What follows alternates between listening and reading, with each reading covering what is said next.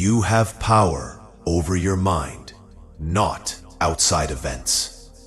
Realize this, and you will find strength.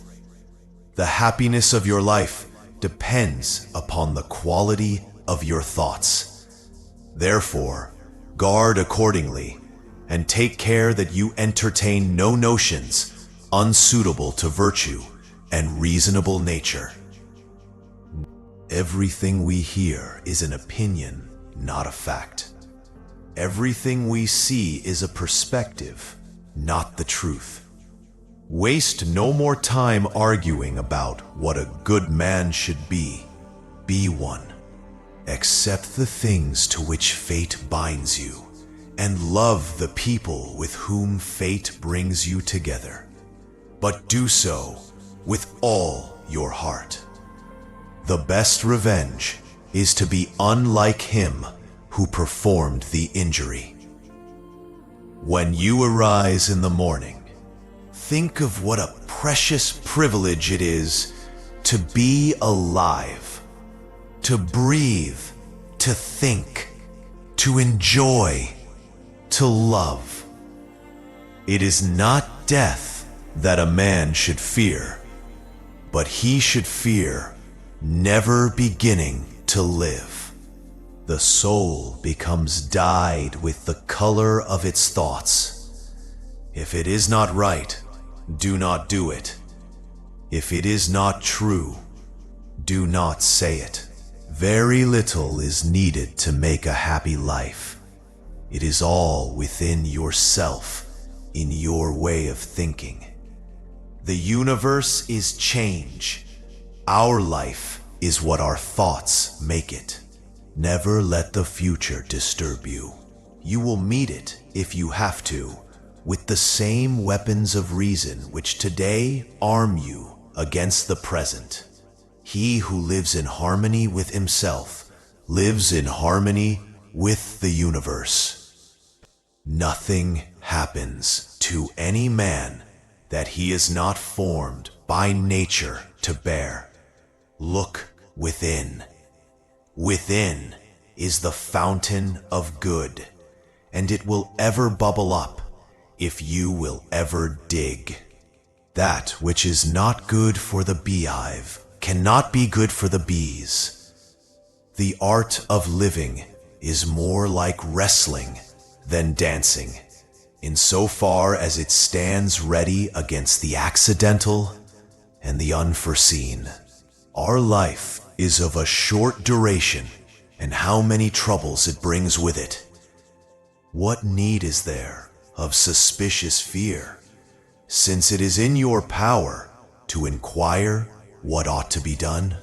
Do every act of your life as if it were your last. The memory of everything is very soon overwhelmed in time. Nowhere can man find a quieter or more untroubled retreat than in his own soul. Let not your mind run on what you lack as much as on what you have already. To live happily is an inward power of the soul. You must become an old man in good time if you wish to be an old man long. Whatever the universal nature assigns to any man at any time is for the good of that man at that time.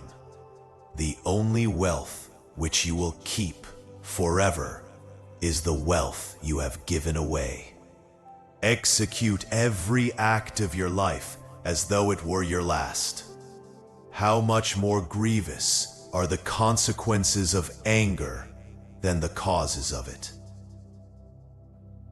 Death is a release from the impressions of the senses, and from desires that make us their puppets, and from the vagaries of the mind, and from the hard service of the flesh. The first rule is to keep an untroubled spirit. The second is to look things in the face and know them for what they are. Begin each day by telling yourself, today I shall be meeting with interference, ingratitude, insolence, disloyalty, ill will, and selfishness. All of them due to the offender's ignorance of what is good or evil. Reject your sense of injury, and the injury itself disappears. How ridiculous and how strange to be surprised at anything which happens in life. Whatever anyone does or says, I must be good, just as if the gold or the emerald or the purple were always saying this. Whatever anyone does or says, I must be emerald and keep my color. Your life is an expression of all your thoughts. There is nothing happens to any person but what was in his power to go through. Be content with what you are, and wish not change, nor dread your last day, nor long for it. If you are distressed by anything external, the pain is not due to the thing itself, but to your estimate of it, and this you have the power to revoke at any moment. Consider that everything is opinion, and opinion is in your power. Take away, then, when you choose, your opinion, and like a mariner who has doubled the promontory, you will find calm, everything stable, and a waveless bay. To refrain from imitation is the best revenge. The perfection of moral character consists in this, in passing every day as the last, and in being neither violently excited, nor torpid, nor playing the hypocrite. What is man? A thing of change, subject to generation and corruption. If any man despises me, that is his problem.